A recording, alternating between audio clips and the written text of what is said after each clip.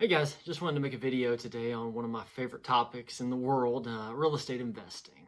So as you can see by the title, we did buy a $50,000 rental home. This was our first purchase. This was back in 2019. Just wanted to cover some of the reasons why we went that route, how you can go that route, and then just kind of some of the processes that we went through once we got that home to make it part of our portfolio. So initially going in, when we bought this home, we were not looking to buy a 2-bedroom, 1-bath home. Was looking to buy, maybe 3-bed, 2 baths, pay a little bit more for the home, and do more of long-term appreciation more so than cash flow. So when you get into real estate investing, there's 2 methods that I really looked at. One was buying a bigger home, maybe a better area, looking for long-term appreciation.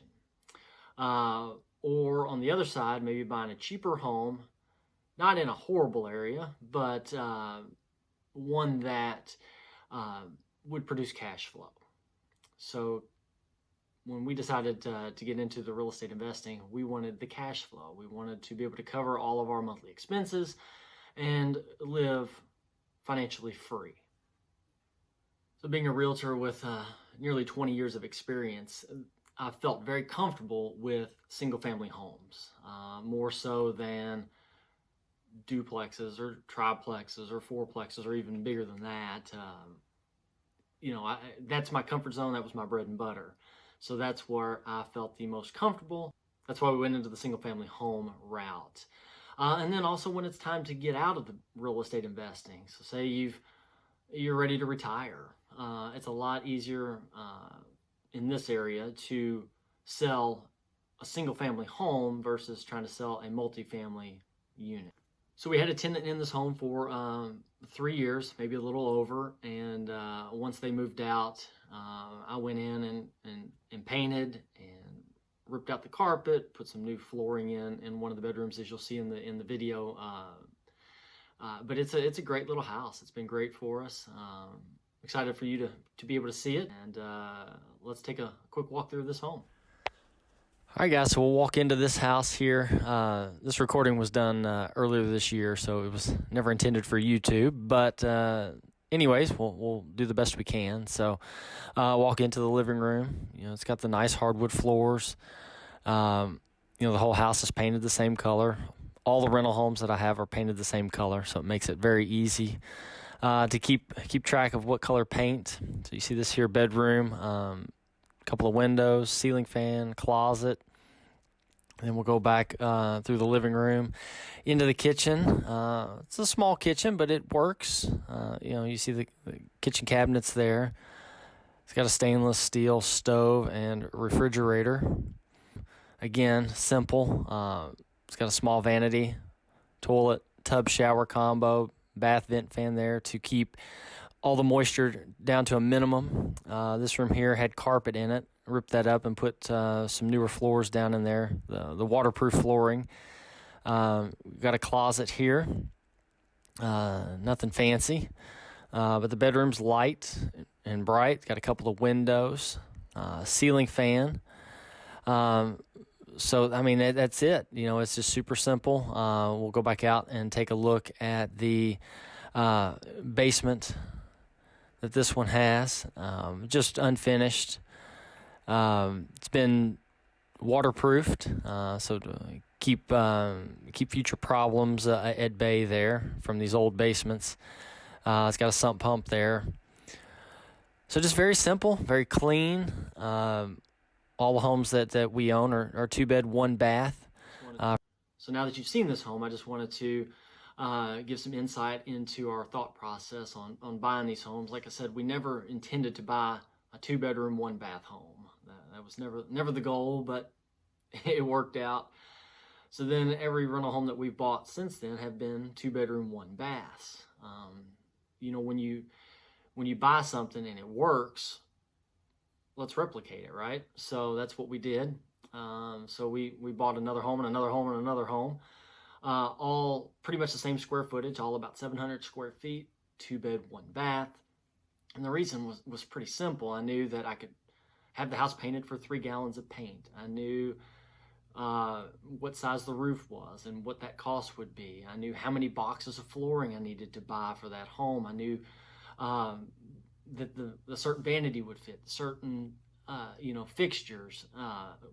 Pretty much every house had the same amount of doors, had the same amount of windows, had the same amount of everything in it. So it made it super simple, super easy.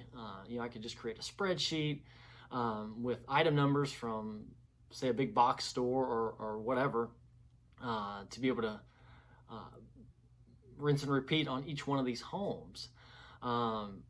So it just makes real estate investing can be difficult, can be challenging, but when you can simplify it as much as you can, through things like this, through once a tenant moves out, the turnover, if you know exactly what you need and how much of it that you need to get the house in rent ready condition again, it's easy to take advantage of, and you can speed up your process. You can get a new tenant in there quicker, and there's just less stress involved. Before we got into the real estate investing, there was one thing that my wife and I decided was vitally important, and that was to be debt free. So we had paid off our primary home a few months before, and then this allowed us to save up enough for a down payment to be able to purchase this home.